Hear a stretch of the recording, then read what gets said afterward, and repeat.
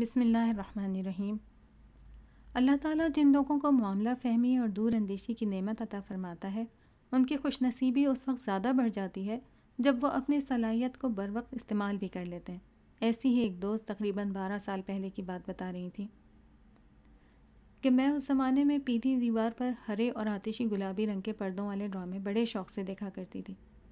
پتہ بھی ہوتا تھا کہ یہ سین ابھی یوں ڈریگ ہو جائے گا، ابھی خوشی کے سین میں تیز گٹار پر بجنے والا گانا دکھی سین کے آتے ہی ستار کی سستی کی نظر ہو جائے گا، ابھی تیز ہوا کے جھکڑ چلیں گے تو دیے کی لو بجھنے کے بجائے رقص کرنے لگے گی، جبکہ موٹی موٹی گھنٹیاں بلکہ گھنٹے پنڈولم کی طرح ہل ہل کر ہلکان ہو جائیں گے۔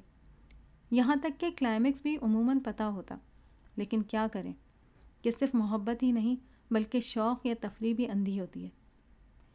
ان دنوں جو سپر ہٹ سیریل چل رہا تھا اس کا کوئی ڈراپ سین ہونے والا تھا، اور اسی روز کے لیے چاند، جسے بچپن سے چندہ ماما کہتے آئے ہیں، بنا کسی رشتے کا لحاظ مروت کیے عید کا پیغام لے کر آ گیا۔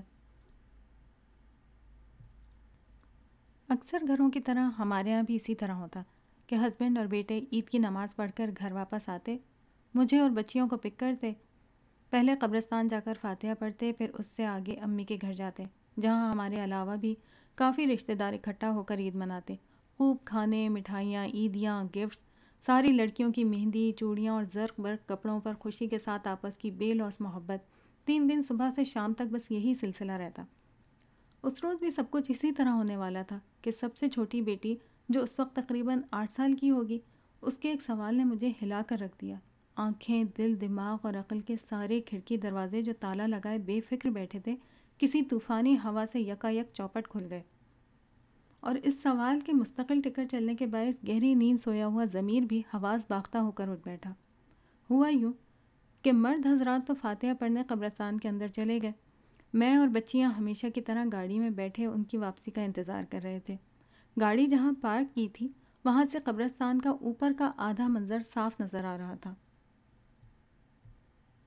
یعنی 4 فٹ کی دیوار کے اس پار کے لوگوں کے ٹوپیوں اور رومال سے ڈھکے ہوئے سر، کسی کے اشک بار چہرے، کچھ دعا کے لیے اٹھے ہوئے ہاتھ، اور دھوئیں کے اٹھتے ہوئے بڑے بڑے مرغولے، جو کہ یقیناً نیچے قبر کے پاس بیٹھے افراد فرط عقیدت سے مغلوب ہو کر ایک ساتھ ہی کئی اگربتیوں کا پورا پیکٹ سلگائے چلے جا رہے ہوں گے۔ ہم فاتحہ تو پڑھ کر فارغ ہو چکے تھے، اور اب قبرستان کا احترام ملحوظ رکھتے ہوئے گانے بھی نہیں سنے جا سکتے تھے، اس لیے اس وقت اس ادھورے سین کے علاوہ ہمارے پاس کوئی اور ٹائم پاس نہیں تھا۔ بس مرد حضرات کی جلد واپسی کا بے صبری سے انتظار تھا، اس لیے نہیں کہ امی کے گھر جانا تھا، اس لیے کہ کہیں آج والا ڈرامہ مس نہ ہو جائے۔ قبرستان کیوں جاتے ہیں، قبر سے عبرت پکڑنا کیوں ضروری ہے، اس کی طرف دھیان ہی نہ تھا۔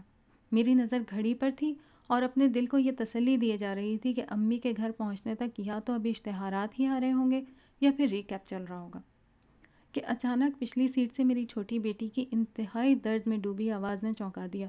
اوہ ہو، بیچارے، ان کی تو عید ہی خراب ہو گئی۔ میں نے حیرت سے دیکھا تو جنازے کے آثار کہیں بھی دکھائی نہ دیے۔ بیٹی سے پوچھا کہاں، کس طرف، تو اس نے ہاتھ سے نشاندہی کرتے ہوئے کہا اس طرف جہاں چتا جل رہی ہے، کیا گھر والوں کو شام تک استھیاں مل سکیں گی؟ اور میرے سر پر کئی ہتھوڑے ایک ساتھ ڈھڈن ڈھڈن کر کے برس پڑے کہ میری چھوٹی سی بچی کا ذہن اگربتیوں سے اٹھتے دھوئیں کو جلتی ہوئی چتا ریڈ کر رہا ہے۔ مجھے سمجھ ہی نہ آیا کہ اپنے لیے توبہ استغفار پڑھوں یا پھر اللہم اجرنی من النار کا ورد کروں۔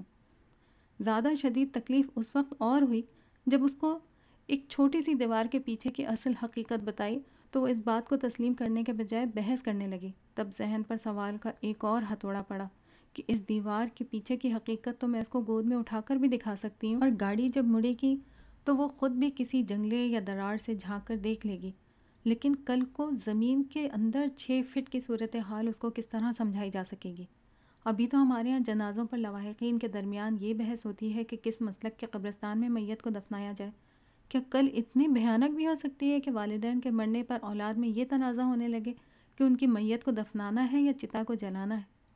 ندامت، ملامت، دھتکار پھٹکار میں کار کب چلی، کب امی کا گھر آیا پتہ ہی نہ چلا۔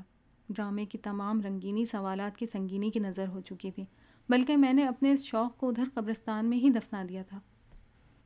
خود کوئی فیصلہ کر کے اس پر اٹل ہو جانا نسبتاً زیادہ آسان ہوتا ہے بنسبت اس کے کہ آپ دوسروں کو اس پر چلائیں وہ بھی اس وقت جب کہ آپ نے نہ صرف اس کی مضبوط بنیادیں رکھی ہوں بلکہ خون پسینے سے سینچا ہو۔ ہاں، خون سے ہی سینچنا لگ رہا تھا، کیونکہ جو اس سسٹم کی نظر ہو رہا تھا وہ میرا اپنا ہی خون تھے،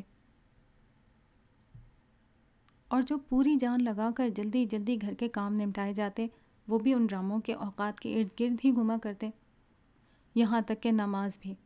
اگر پچھلے تمام وقت کو میں اعمال کا دار و مدار نیتوں پر ہے کہ کسوٹی پر پرکھوں تو معاملہ کیا ہوگا؟ فقط ایک زیرو یا مائنس زیرو؟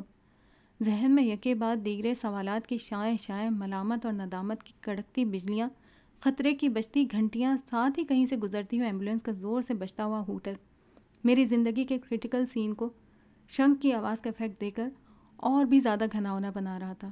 یا اللہ، میری تو اپنی ہی سوچ کا ڈھنگ یہ ہو گیا ہے۔ اس احساس کے ساتھ ہی میرے 14 طبق روشن ہو گئے، اور اس روشنی میں کونے میں رکھا ٹی وی مجھے اپنے گھر میں اس مندر کی طرح لگنے لگا جو ان ڈراموں میں ہر گھر میں دکھائے جاتے ہیں۔ دل نے ذرا سا سہارا دیا کہ نہیں، ہم تو اکثر مواقع پر چینل چینج کر دیتے ہیں، لیکن کتنے گھروں میں یہ سانحہ اکیلے میرے گھر کا نہیں، پورے معاشرے کا ہے۔ فرق صرف اتنا ہے کہ میری عقل پر پڑا پردہ چاک ہو گیا تھا، اور باقی گھرانوں میں وہی غفلت کی اندھیری چادر تنی ہوئی جو کل تک میں نے بھی اوڑھ رکھی تھی۔ حالانکہ دل کی ندامت ہی توبہ کا اصل ہوتی ہے، لیکن اس وقت اللہ تعالیٰ سے اپنی بدترین غلطیوں میں سے کچھ گناہوں کا اقرار اور پھر توبہ کے لیے میری روح اندر سے بے قرار تھی کہ دونوں بچیاں جو ذرا فاصلے پر بیٹھی ہوم ورک کر رہی تھیں بحث کرتے ہوئے تھوڑا لاؤڈ ہو گئیں۔ چھوٹی والی حتمی لہجے میں بول رہی تھی، اپیا تم مجھ سے عربک سن چکی ہو، بس اب میں ترجمہ سناؤں گی، پھر میری چھٹی۔ سنو۔ شروع اللہ کا نام لے کر جو بڑا مہربان نہایت رحم کرنے والا ہے۔ چھٹا کلمہ رد کفر۔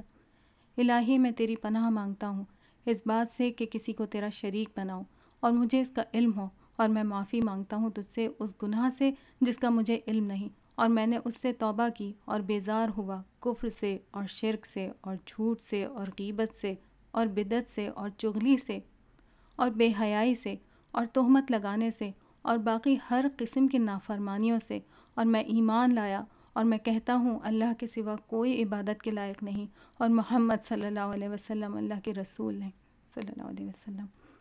مجھے لگا کہ دل سے سب کچھ دہراتے ہوئے اس کے ساتھ میں آج پھر سے دائرہ اسلام میں نئے سرے سے داخل ہو گئی ہوں، الحمدللہ۔ اس کے بعد شاید میرے ہر آنسو نے گرنے سے پہلے ربنا ظلمنا انفسنا ضرور پڑھا ہوگا۔